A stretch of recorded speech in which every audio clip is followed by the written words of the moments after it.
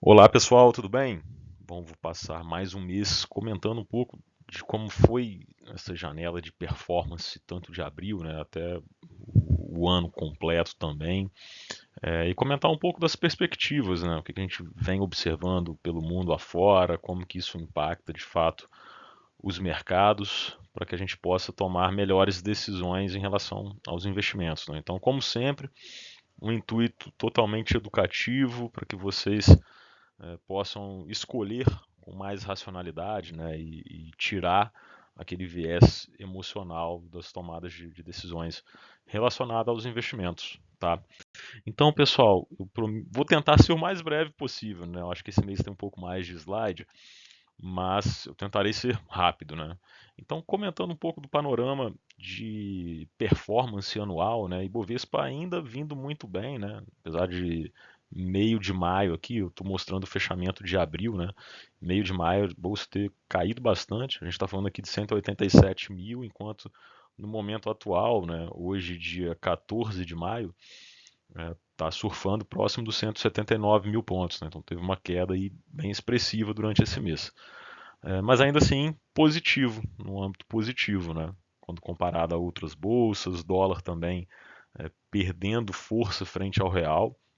E aí um pouco mais detalhado, né, para mostrar um pouco do desempenho de mercado, principalmente Brasil, tanto dolarizado quanto em valor nominal, né, e aqui focado no mês de abril, a gente percebe justamente isso, né? Abril foi um mês onde bolsa ficou de certa forma ali negativo, né? A gente pega um acumulado de abril em bolsa ficou no patamar de 0,1%, foi 0,08% se não me engano.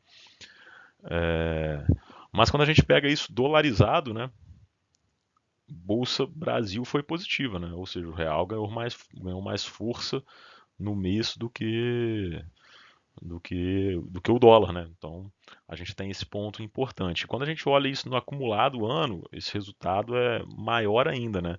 Quando a gente compara Brasil com seus pares emergentes e até mesmo com ações do mundo inteiro, a gente tem sido uma das bolsas que mais valorizou em dólar, né, nesse período.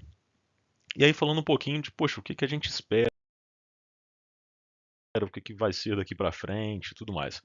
Então, como de praxe, eu vou separar em dois cenários, né? Falar um pouco de mundo, Brasil, e aí nas classes de ativos, em cada uma delas. Quando a gente olha basicamente para mundo, né? Eu gosto de focar em Estados Unidos, primeiramente, né? E olhar para juro e inflação no mercado global agora, de certa forma, está um pouco mais complexo, né? Mas acaba que todos os países têm seguido a mesma estrutura desde o início dos conflitos, justamente por conta de uma provável inflação mais persistente por um prazo maior. Né? Não é diferente também do Brasil, que a gente vem observando. E aí eu trouxe dois gráficos. Né? Esse do lado esquerdo, ele nos mostra o seguinte. Tá?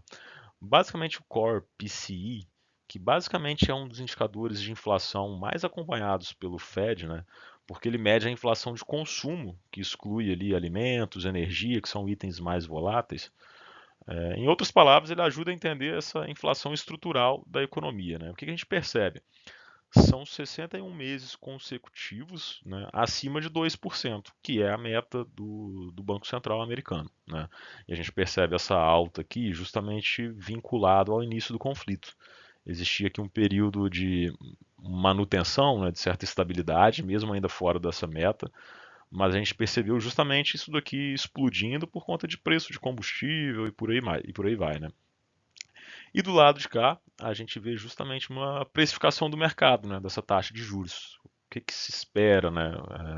A gente iniciou o ano com expectativa de mais cortes de juros na economia americana. Então, desde o início do conflito, o mercado mostra que agora o que se espera é uma certa manutenção, né, desse cenário de juros um pouco mais elevados do que era esperado anteriormente ao conflito. Mas faz sentido justamente por conta de preços de commodities explodindo. E aí quando a gente fala de atividade, né? O que é atividade lá fora, né? Produção industrial, atividade manufatureira. Então aqui, basicamente, tem dois gráficos e eu vou explicá-los, né? Quando a gente olha o PMI, que é basicamente isso, né, produção industrial, quando a gente tem um indicador acima de 50, quer dizer uma expansão da atividade. Quando isso está abaixo, é uma contração, né?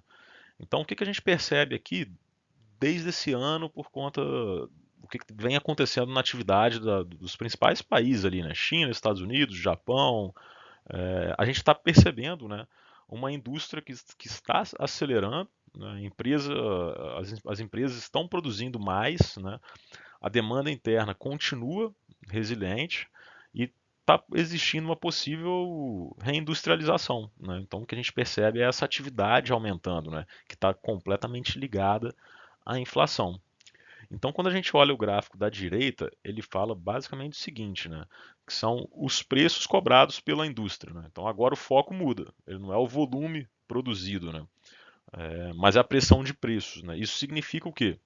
Que essas empresas, tanto americanas quanto aqui, quando a gente olha China também, estão conseguindo repassar os preços para o consumidor e para a cadeia produtiva, né?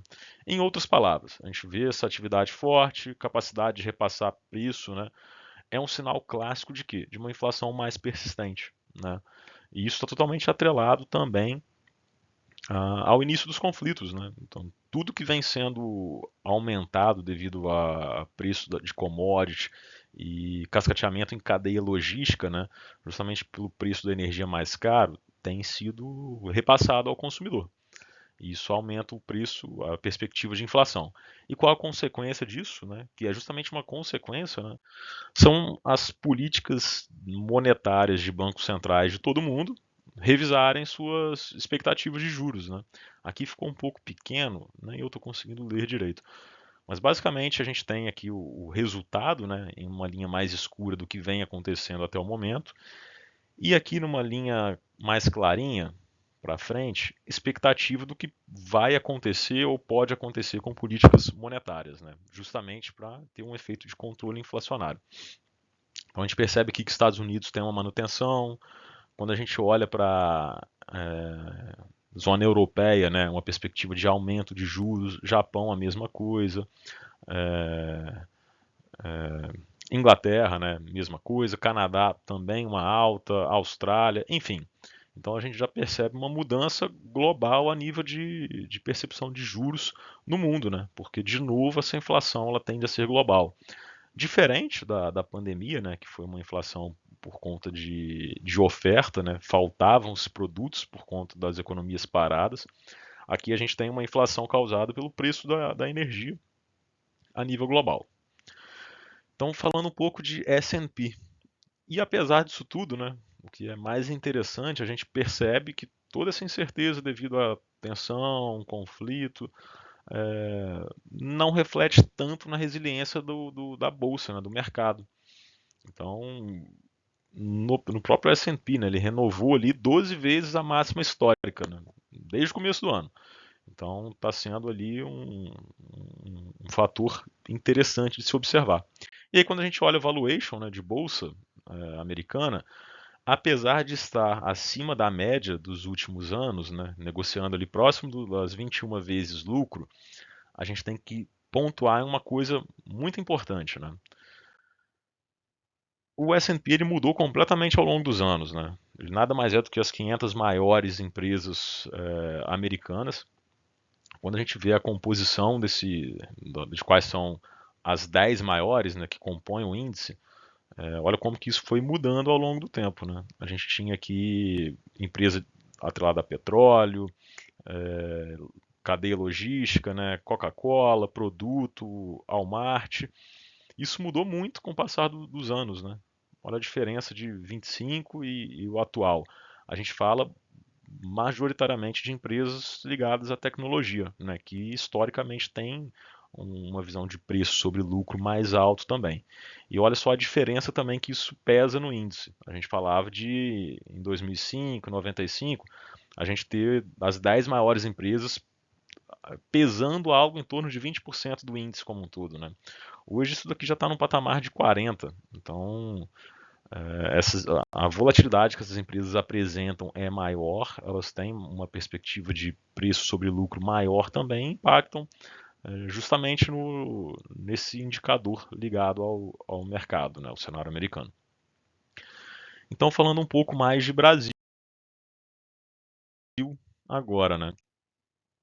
Acho que sempre gosto de trazer esse gráfico para mostrar um pouco sobre o nosso diferencial de juro, né? A gente ainda tem um juro real gigantesco dentro de casa, né, no cenário doméstico.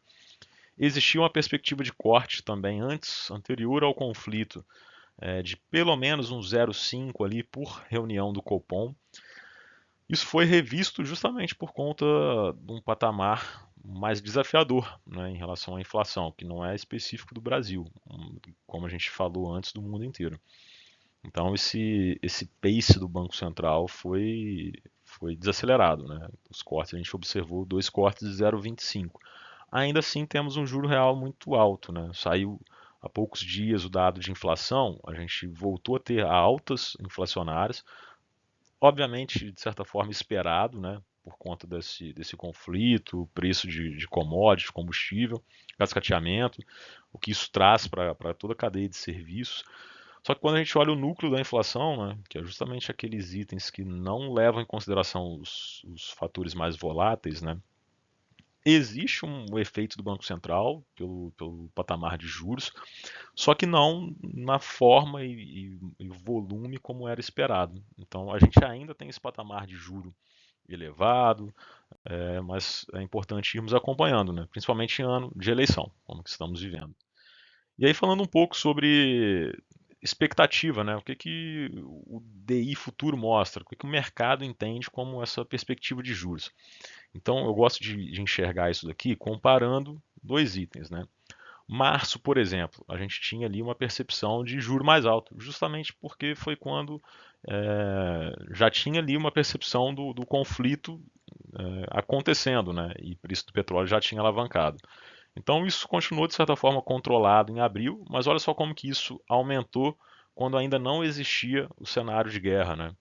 A gente tinha uma expectativa de um juro nos seus determinados vértices, por exemplo, 27, 28 e mais para frente, bem menores do que era esperado agora, né?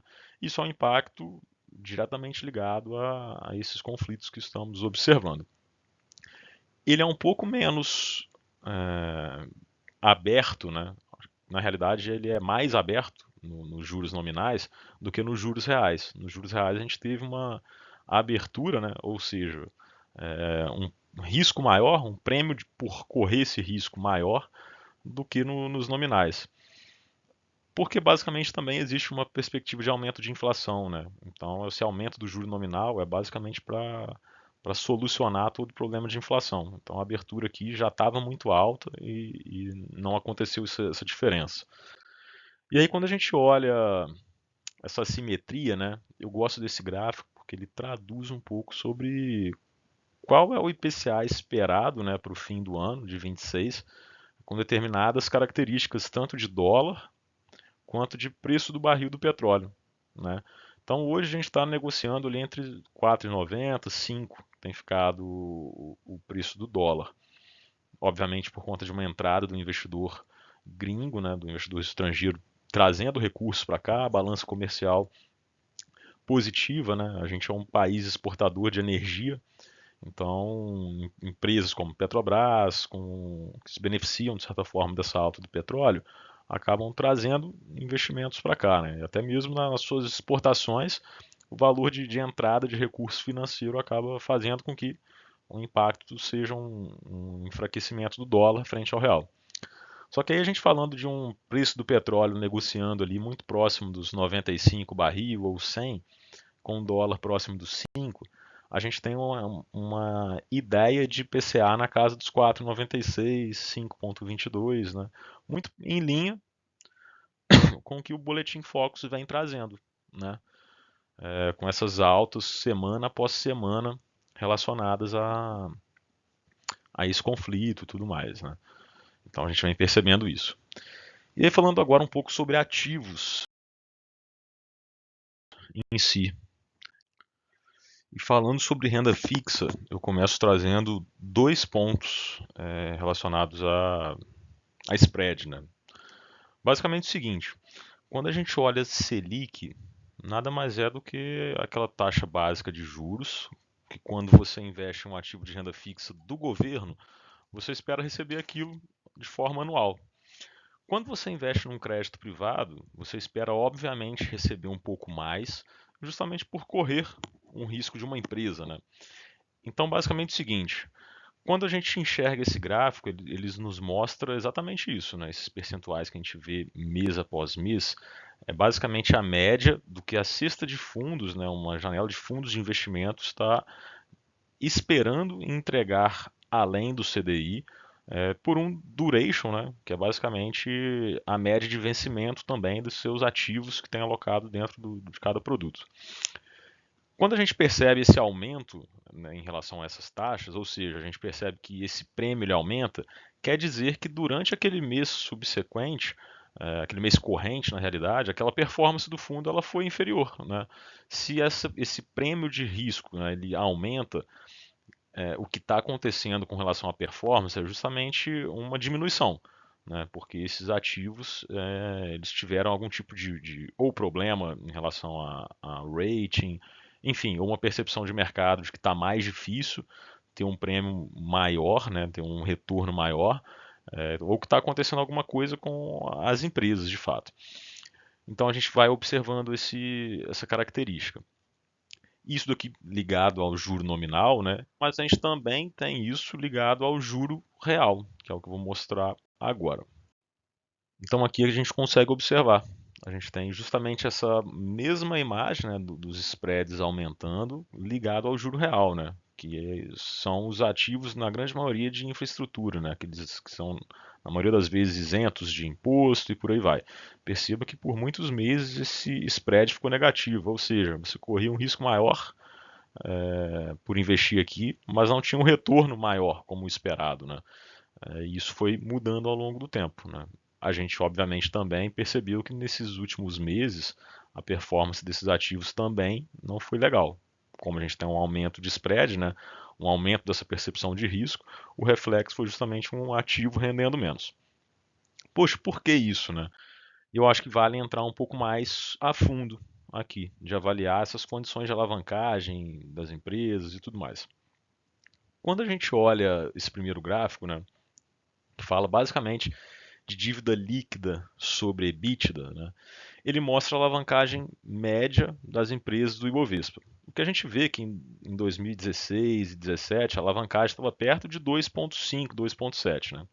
Caiu forte em 21, né, 22, para próximo de 0,8 e agora voltou para 1,4, 1,5, né? Essa linha atual, ela está praticamente na média histórica dos últimos 10 anos, né? E o que que isso sugere, né? De certa forma, hoje não existe um excesso de alavancagem sistêmica, mas houve piora nos últimos anos. Ou seja, as empresas tomaram mais dívida ou perderam geração operacional com esses juros mais altos, né? E aí, quando a gente olha esse segundo gráfico, o que eles nos mostram? Né? A cobertura dos juros piorou. A cobertura nada mais é do que o EBITDA sobre a despesa financeira, né? Então, quanto maior, melhor. O gráfico mostra que o pico foi em 21 e 22, cara, próximo de 7 vezes, né? Hoje está próximo de 2,7, 3 e tal. Então, qual que é a interpretação disso para essa janela, né, para esse período? As empresas ainda pagam juros com conforto, mas o colchão diminuiu muito. Isso acontece por quê? O Banco Central do Brasil manteve juros altos, né? O custo de dívida subiu, e o refinanciamento ficou mais caro, né? E aí o que a gente enxerga no terceiro gráfico? Basicamente a inadimplência corporativa, né? A gente tem que esse terceiro gráfico ele mostra o default corporativo, né? E na situação atual a gente percebe que subiu ali próximo de 2%, né? Que era de 2% para perto de 2,7%, né? E o que a gente interpreta com isso de fato, né? Não é uma crise, mas claramente o crédito corporativo está mais seletivo, empresas mais fracas começam a sentir. Então não parece o evento sistêmico do que foi em 2015, né? Ou com Americanas, por exemplo, mas o ciclo não é benigno. E isso é um ponto de atenção. E aí quando a gente olha justamente sobre essas mudanças nessas perspectivas de rating, né, a gente percebe justamente esse reflexo, né? O que eu acho legal, a gente viu nos gráficos, nos dois primeiros, sobre os spreads subindo, ou seja, uma percepção de risco maior, e o mercado ele geralmente ele prevê o que vem acontecendo na economia real, que basicamente a gente vê aqui, né? Hoje a gente teve 19 rebaixamentos de crédito em empresas brasileiras, né? Basicamente por conta de um risco maior, né? Então essas agências estão enxergando piora microeconômica antes dos defaults aparecerem. E aí a gente percebe justamente que essa maior seletividade do crédito privado, nessa diferenciação, tá maior entre high grade e middle, high yield e tudo mais. E isso daqui é claro, né? Justamente por conta das projeções da Selic, baseadas no Focus, do que eram no passado e começaram a ser enxergadas agora. Obviamente esse crédito mais caro fica pior para as empresas, né? E a gente vê justamente isso, né? O mercado revisando esse juro para cima, as empresas acabam sofrendo com as suas despesas, uma pior cobertura e mais pressão nos ratings. E aí falando um pouco mais sobre isso, né? Poxa, a alavancagem financeira das empresas, né? Dívida líquida sobre EBITDA. Quem sofre mais para pagar esses juros, né? Então, quando a gente olha, basicamente, os mais pressionados, a gente vê transporte, né, elétricas, que são empresas que geralmente trabalham com alavancagem um pouco mais elevada. E quando a gente olha justamente o cenário oposto, né, quem está mais saudável, que é o índice de cobertura de EBITDA, né, EBITDA sobre despesas, a equação oposta, a gente vê que a melhor cobertura é de tecnologia, metal, enfim, são empresas mais resilientes, né, bens de capital, que justamente sofrem um pouco menos com isso. E aí falando um pouco agora de fundos imobiliários.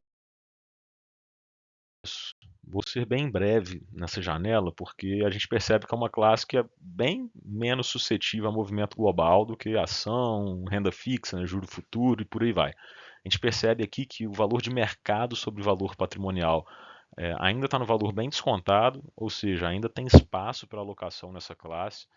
Esse valor ele era bem menor no início do ano, né? Existia um pouco de alta, justamente ligado a uma perspectiva de corte de juros que era maior. Isso fez com que os ativos migrassem um pouquinho para a classe. Isso depois se perdeu justamente com as novas perspectivas de Selic. Então a gente vai percebendo que tanto em recebíveis quanto tijolo, né, quando ativo tangível, a gente ainda tem uma boa percepção para performance nos fundos. E aí, quando falamos em ações, eu quis trazer aqui o gráfico fechado do Ibov em abril para mostrar a volatilidade, né, o que vem acontecendo aí, não só no Brasil, mas como no mundo inteiro. Então a gente percebe que o mês de abril foi muito volátil, a bolsa quase bateu os 200 mil pontos, né, recorde histórico lá de 198, mas fechou ainda negativo, 0,08 no mês. Né? E esse mês, como eu comentei lá no início do vídeo, vem sendo um mês ainda mais difícil para a nossa bolsa. Mas quando a gente olha justamente esse prêmio de risco pelo nível histórico, a gente ainda tem um preço sobre lucro um pouco abaixo da média, né? Quase que um desvio padrão abaixo, né? Um pouco acima disso. Mas aí eu gosto de focar, hoje eu vou focar um pouco mais nesse gráfico da direita, né? Que ele fala basicamente o oposto do que é o preço sobre lucro, mas os earnings yield menos os juros de 10 anos. Isso daqui é excelente para comparar bolsa com renda fixa, né? E basicamente para entender se bolsa está cara ou barata, né? Então o que, que ele nos fala? Né? Que hoje, por exemplo, se você tem uma empresa ou uma bolsa que tem um PL, que é esse lado, né, de 10 vezes, ou seja, essa bolsa negocia 10 vezes o lucro, quando a gente olha os earnings yield, é justamente o oposto, né? Vai ser 10%, né? A gente vai ter 1 sobre 10, olhando essa mesma situação. E o que que esse gráfico mede, né? Ele pega o retorno implícito das ações, né, que é basicamente o EP, né, menos os juros longos. Né? Em termos simples aqui, o nosso NT-NB. Então isso vai nos mostrar o quanto que a bolsa está pagando acima da renda fixa para compensar o risco. Numa situação atual, está aqui de 2,2, né? Então, basicamente, como que a gente interpreta isso, né? Quando esse spread sobe, ou seja, a gente vê 4%, 5%, 6%, significa que as ações estão mais baratas, né? Ou os juros caíram, ou ambos, né, na realidade. Então o investidor está recebendo um prêmio maior para investir em bolsa. Normalmente isso indica mais atratividade para as equities, né? Quando isso cai, fica para 1, 2%, as ações ou ficam mais caras, ou os juros subiram, ou ambos, né? Então a renda fixa ela fica relativamente mais competitiva, né? Hoje o gráfico atual em 2.2, a gente percebe que pela média histórica a gente está falando de uma bolsa um pouco mais cara, né? Só que aí tem um ponto importante, né? A gente fala hoje de um movimento tático que vem acontecendo muito importante. E isso daqui nada mais é do que o fluxo de investidor estrangeiro para a nossa bolsa, né? Então a gente percebe que no ano inteiro já entrou muita coisa de recurso do investidor gringo, né? E isso vem tendo um fator bem importante, né? Porque o gringo ele não olha muito quanto está o nosso juro, ele só quer aproveitar uma diferença cambial, uma bolsa barata, e ele acaba olhando isso taticamente, né? Petróleo explodindo, a gente é um excelente exportador de energia, né? Então bolsa ligada a commodity e mais barata perante aos pares, né? O investidor ele acaba observando o Brasil como um movimento tático. Então isso faz uma baita diferença para a alocação. Então, pessoal, acho que é isso, um pouco do resumo. Acho que o vídeo foi um pouco mais técnico hoje, né? Mas importante também, justamente para que vocês consigam tomar as melhores decisões. E como sempre, acho que nada é mais importante do que ter uma carteira bem diversificada. Isso tudo que eu comentei aqui, né? A gente comenta sobre o cenário, mas obviamente vai ter um investimento que é melhor para você, porque é o seu objetivo, né? Não aquela escolha feita devido ao timing e tudo mais. Eu acho que é um pouco disso. Obrigado, viu, pessoal? E até mais.